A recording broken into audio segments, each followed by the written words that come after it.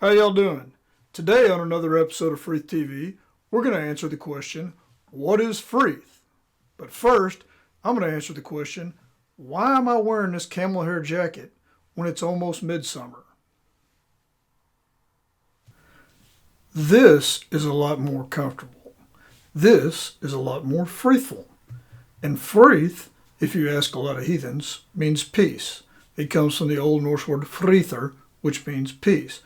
But it also means a lot of other things. There are a lot of compounds with the word frither, or frith, like frithmather or frithgarth, things of this nature. So generally when I am asked what frith means, I say it's the peace that you experience in the garth amongst your friends and family.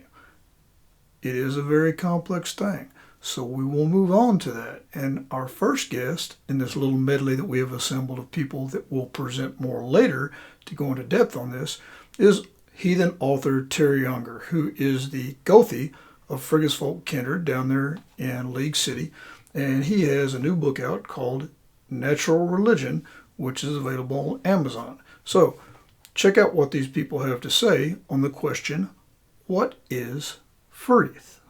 It's an old English word that so often people just interpret and blow off as peace. Well, it's a lot more than that. It isn't just about peace and not having conflict. It's about loyalty and trust. It's about having mutual respect for one another and building those bonds and helping each other through the struggle.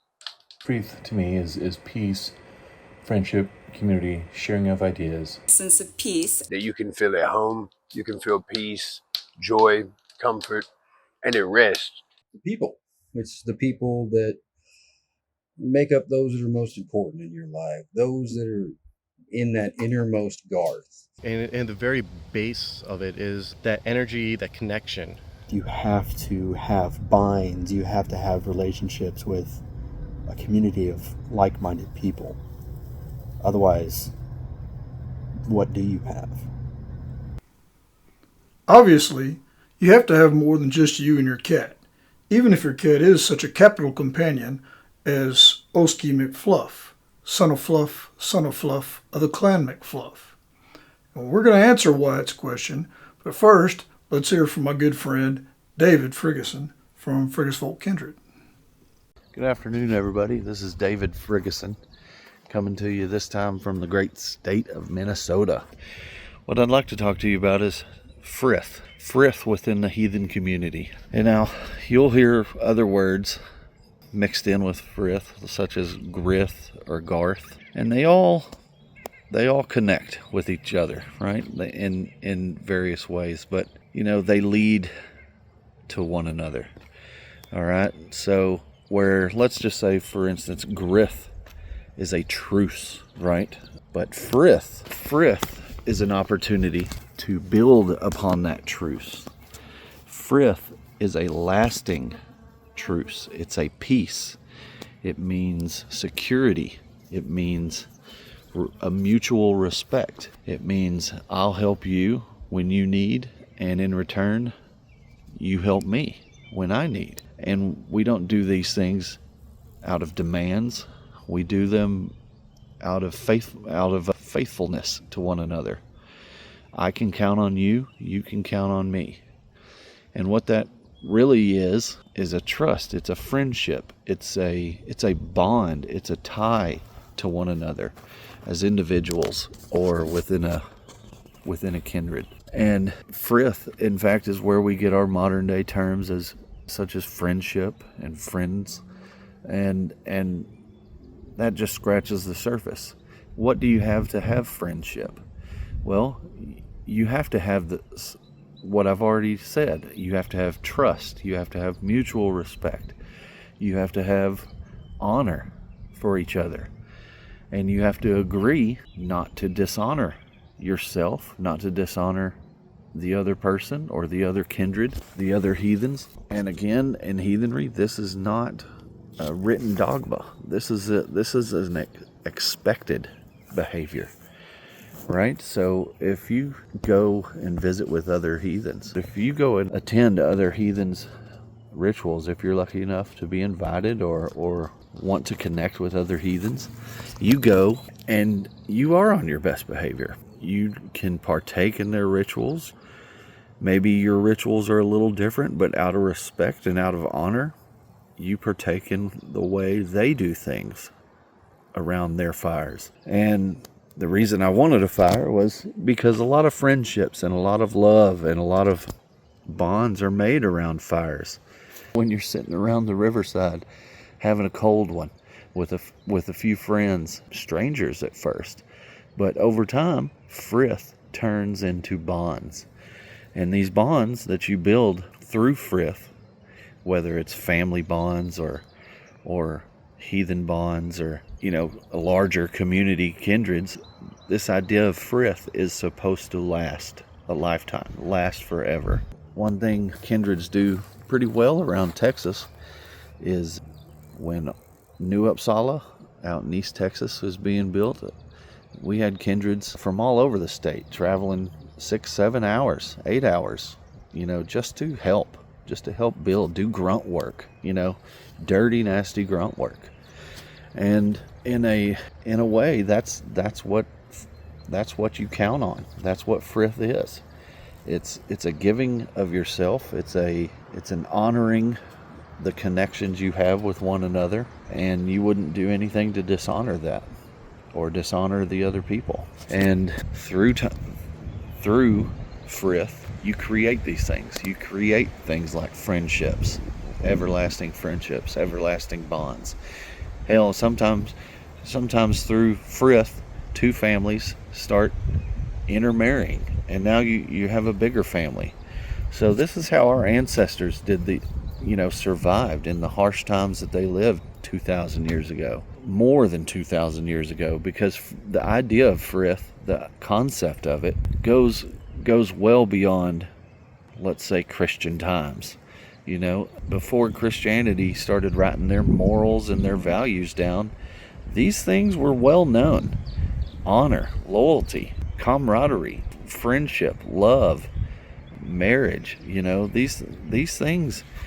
And they they didn't just spark up 2,000 years ago when Christianity came around. This is what our people have been living by since the beginning, is bonding, building ties with one another, helping each other out, relying on each other, counting on each other, and calling each other kinsmen. That's what it's really about. Next time you're invited to somewhere with a heathen group, go enjoy yourself. Don't do anything to dishonor yourself or the group that invited you, but be mindful and be respectful and respect their ways. And if you do that, you're on your way to building bonds with one another. So in a nutshell, I hope that helps explain Frith. In order to truly have Frith, first you have to have a place of your own that you can feel at home. You can feel peace, joy, comfort, and at rest. And in the days of our ancestors, they had what they called the Frith yard, which is something like we have here. Frith isn't just about peace and not having conflict. It's about loyalty and trust. It's about having mutual respect for one another and building those bonds and helping each other through the struggle. Frith to me is a living heartbeat. It's something that you work at. It's that sacred bond between community, friends, and family. It's something that you have to nurture. It's what holds kindreds and communities together. It's not just about peace or the absence of conflict. It's about building that sacred trust, helping each other through the struggle. It's all about community and honor, not only to yourself, but within your people. Whether through hospitality or supporting those around me, it's weaving a web of harmony within the people. Yes, kind of like the Innengarth. The Innengarth, right? Right. So you had the Garth, and the Innengarth. And that Uderguard? Yes. Guards would be like the tribe, right? Right. Or then you have your Innengarth, which is your inner circle, which is kind of like what we have going on out here. And I think that's the most important place for Frith is in the Innengarth. I agree. To me, as a heathen woman, it's something that I value. It's something that you have to nurture. It's not just an obligation, but it's a duty, and it's an honorable duty. Because if you want somebody to help you, you have to return it. It's gifting and exchanging. Frith is the reciprocal web of loyalty and kinship that we weave in collaboration with others and also in nature. It may bring a sense of peace as it enhances balance, respect, and appreciation for those around us. It's a form of insurance because as you give to nature, to others, and to the gods, you can expect or hope for the same in return. It is much like the Gable rune, symbolizing exchange, a gift for a gift, a sacrifice for a sacrifice, making offerings to the gods and not simply asking for their favor. Havamal stanza 41 reads, "Friends shall gladden each other with arms and garments, as each for himself can see. Gift givers' friendships are longest found, if far their fates may be." In the time of our ancestors, the old ways, a village might be a handful of families, homesteads. You might have a few dozen, maybe 100 people. That community was very close-knit because it had to be. They had connections with each other out of necessity. They had to have that to survive. The connections within that community, that is Frith. Frith is the glue that holds a community together. A community that doesn't love each other, doesn't care about each other, will fall apart. A community that doesn't have Frith. So, does that mean Frith is less important nowadays? I would argue that's the opposite. Frith is more important now. In this modern life that we have, going back and forth, you have to have binds, you have to have relationships with a community of like-minded people. Otherwise, what do you have? To our ancestors, Frith was peace, Frith was security, Frith was safety. But it's more than that, because you can have peace and be alone.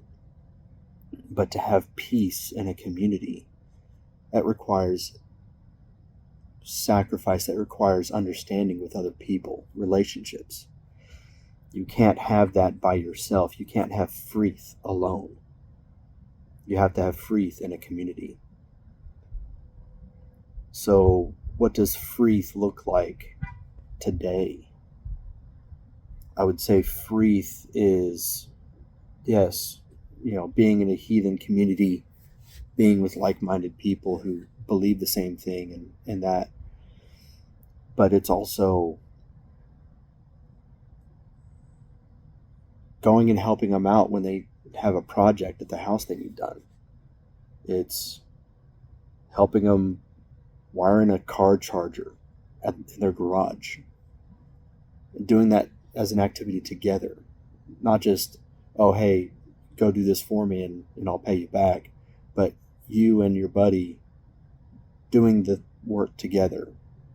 Playing music and having a good time of it. That's Frith. It's doing activities together, the community coming together and help out a friend when he's down, when he needs something done, when his car breaks down. You and a couple of buddies go over there, case of beer, get his car fixed in the driveway. That's Frith. That's a community coming together to help. You look at some of these other close-knit communities, when a family moves in or family's barn burns down, the whole community comes together and builds a new barn. A barn raising. That's a thing. That's the whole community coming together to help out this one family. That's Frith. You can't have that by yourself. You can't raise a barn on your own. You can't have a community by yourself. Frith is what gives you that community. Frith is one of these old words that has come down to us through our traditions and our cultures. It's an old English word that so often people just interpret and blow off as peace. Well, it's a lot more than that, because the people who were involved with Frith at that time, if they were lucky, the end result was peace. They came together in a group for mutual protection, mutual security, mutual defense. All of this meant safety, and also in a matter of time, it also gave them a sense of harmony. They were all working together for one goal. Now, it was quite easy to see, or should be, that there was no supermarkets and all that stuff. So they depended on each other for their own survival. You didn't want your village mate, your kid, to die of starvation. So whether you liked it or not, in those bleak months, you shared your food. Now, this is one thing, right? But to get to that point, they obviously had agreements about what their behavior and what responsibilities were. And obviously, if somebody did not carry their own water, if somebody broke Frith, which happened, so many people think that our ancestors, everybody was happy and nobody was a bad guy. Well, that's not true, because within a group, if a man or a woman broke Frith by, let's say, stealing something that did not belong to them, they broke Frith and they disturbed and corrupted the harmony of the group, and also possibly the safety and security, depending on the situation. So that person would not just be ostracized. In many cases, that person would be tossed out. That person would be, in a sense, just excommunicated from the Garth, from the community, from the Frith group. And there were times when that person, after a period of time, may have been left back, or not. But this is what it was. Frith was serious business. Today, it's tough, at least in my opinion, for this thing to be made manifest. And it's only because, I believe, we want to take the meaning of what Frith was back in that time and transpose it on our time now, in the modern time. And that's a mistake, because our social structure today does not demand all of those things that our ancestors needed, because so much of that is provided for us. Back in the day of our ancestors, when Frith was not just a way of life, but something that life depended on, if it was not exerted, if the Frith Agreement was not enforced vigorously for the even least infraction, that group suffered. And like I said, the group would suffer in many different ways. Not like today, where the most you're going to miss is Bob's company and his freeloading. So you think about Frith and how it can be used for today, and try to get the idea of harmony as being the biggest thing that you can have with Frith. There is a certain harmony of themes developing here. So let's see what my brother Doug has to say about this.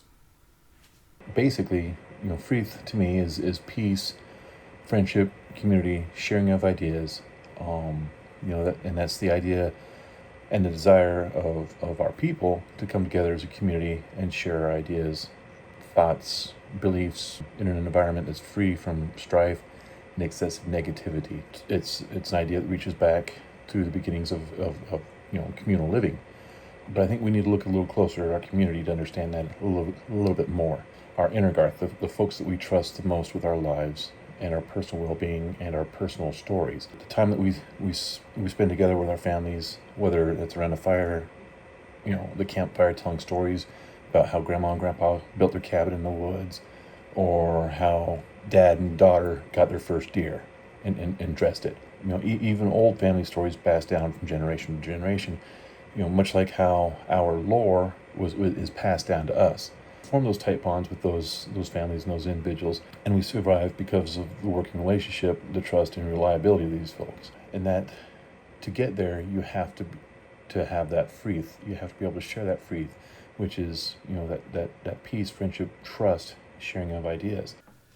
And so, as you can see, Frith is something which must be built, both with people and with the physical Garth. And one of the people who has been very active in doing both of those things is Jason Hoberg, who is the Gothi of Nine Pillars Kindred, which is a kindred that is centered around veterans and active duty military people here in the state of Texas and abroad. How you guys doing? I'm Jason. I'm the Gothi chieftain of Nine Pillars Kindred. I keep hearing that Frith is like an action, you building Frith and all this, and it's like, well, if you're the building of Frith is the action. Frith is not an action. Frith is a thing. It is something. It is an energy. And the very base of it is that energy, that connection between two people. Very basic. And that happens all the time in our lives. What we focus on with Frith is the building of that Frith. The building of that connection. And we share that connection with people who we believe that is worth our time and our energy. It's about the community, and that Frith is what holds the community together. And is those bonds, and as we grow that Frith, it becomes friendship.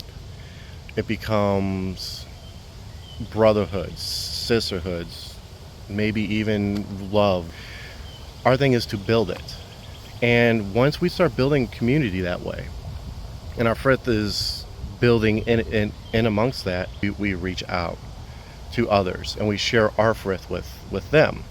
So when you really get down to it, and it's what I really come to think is that it's Frith is more of that conduit between people, individuals, groups, whatever. It's that pathway for our Magan, our energy to go back and forth.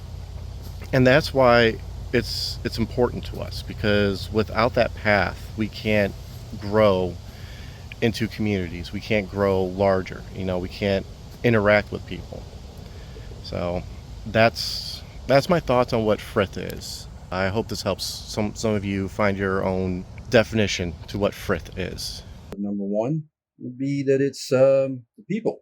It's the people that make up those that are most important in your life, those that are in that innermost Garth. The ones that you could know what they're going to say to something, how they're going to act if you do something one way or another. They've seen you at your best, they've seen you at your worst. They're the ones that try to build you up. They're the ones you go on your adventures with and make life worth living. That's the core ones, the really ones that are closest to you.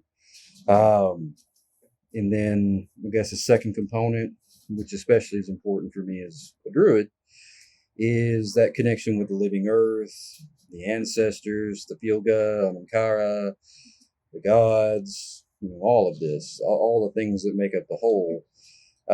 We don't just feel the connection at below, at least as a druid. It's that connection's always going. If you're making a fool of yourself, being embarrassing to yourself, acting stupid, you're still connected. Just like the earth is still here when it, has a disaster, a hurricane, tornado, volcano, You know, it does things and has, that explosive reaction to stuff just like we do. It's this counterbalance, that we're not alone in that aspect. Even the things we're dedicating ourselves to do this. It's a beautiful thing that it's not just you. It's a real signifier that, you're in this cycle. We all go through it. You're not alone in that. That's another thing that's free to me. Even at your worst times, you're still part of something. You're not truly alone in it. It might feel like you're alone, but you're always connected to things. That's the second thing that's fruitful for me. And then the third big one is that kind of brotherhood, that companions in arms thing. I know back in the day they'd go on like raids and stuff, and they would do what they needed to do to get aggression out or get stuff for their people. We don't really do that so much these days, but we have things that are similar. Sports, hunting. For me, that's kind of hockey. It's a very freeful thing. You wouldn't think it, just being all violent and beating the tar out of each other, but you come out cleansed almost, like that. You got to vent. You got to do this thing, and these people don't take offense to it, and that's that brotherhood in arms thing. It's a beautiful thing, and if it makes you feel cleansed like that, it's got to be fruitful. It's just an amazing feeling. The thing that kind of ties them all together is each of those three things for me. It's you're being acknowledged, you're being heard, you're a part of something. You're with the people, you're part of the group, you're with nature and all this all the time. You're part of this cycle. You're playing your sport, your brothers in arms, you're a part of something. It's just the being acknowledged, being heard, being seen, being understood, being in that moment, and just the acknowledgement, your peers, your spirits, all of this. That's very fruitful, and that's what kind of ties them all together. That commonality for me, and those things are what make up Frith for me. So one of the elements that I incorporated in filming this tonight, and that a lot of people have touched on, is fire. The need fire, kenaz. This is very important to our people, to our ancestors, because this was survival. This was safety. This was peace, a very big part of peace. And that fire existed a lot of times within the garth. The garth was the physical place that was cut out from the wild. That's where the home was. That's where the Frith yard was. That's where the animals were kept and where the home fires were. And so these are very, very important and very, very ancient ideas that were passed on from culture to culture. And we read a lot of times about our history that, we are here, we're in Texas, we came from Europe, the Europeans had different tribes, the Indo-Europeans, the Bell Beaker folk, all these different people that you can read about, going back to cavemen in the cave, that garth, where they had the fire. The sound for us of a fire, the light like this, casting the shadows, playing, even you may have noticed that the computer is out here because the power's been out. So that's kind of what generated this need, necessity. But that fire that you hear is the same fire that our ancestors have always heard. It's a commonality that we share with all people throughout the whole earth. And so this idea of garth, created from necessity and security, is essential to Frith. The other thing that is important with this Frith is the idea within the garth of a people who are in there who have an agreement, that there is an exchange, that there are expectations in this exchange. And that's one of the things that Ariel and Heathen and a couple other people talked about, is this gift for a gift exchange. And as David talked about, these things produce friendship and camaraderie, and they turn into love. And a lot, as a couple of guys pointed out, turned into marriage. And there was a hand fasting ceremony in those pictures. So the thing that a lot of people don't include in Frith that Mike touched on is inclusion and belonging. The idea that, hey, I am included, I am part of this. And that's a big issue today with heathenry. People talk about inclusive heathenry. That is core to our people. I'm not talking about the political aspect of it. I'm talking about the traditional aspect of it, that, hey, these are our people, whether they are blood kin or adopted kin, friends, family, anybody that we take within this garth. These are our people, and they belong, both in a collective and an individual sense. And a lot of heathenry is about balance. And a big part of that balance is the balance between the individual and the collective. And so we also have this idea with inclusiveness that we are never alone. Our ancestors are with us, our gods are with us, our families and our kinsmen are with us in spirit. So right now, I'm alone, but I have the idea of Frith inside my head that I have experienced. And so I am never alone, whether that's because of my cat that's in there in the other room, my gods, my ancestors, my Deeseer watching me. Those things keep me from being alone, and they will keep you from being alone in heathenry. But the idea of Frith is, I think, what a lot of people have touched on is this: the peace, the security, the safety, the friendship, the camaraderie, the love, and the inclusiveness that let you know, hey, I belong. And that's Frith to me, all those things. So I hope you guys have enjoyed this, and look for that Frith. Go out there and build that Frith and be a part of that. And subscribe to this channel. Skål, y'all.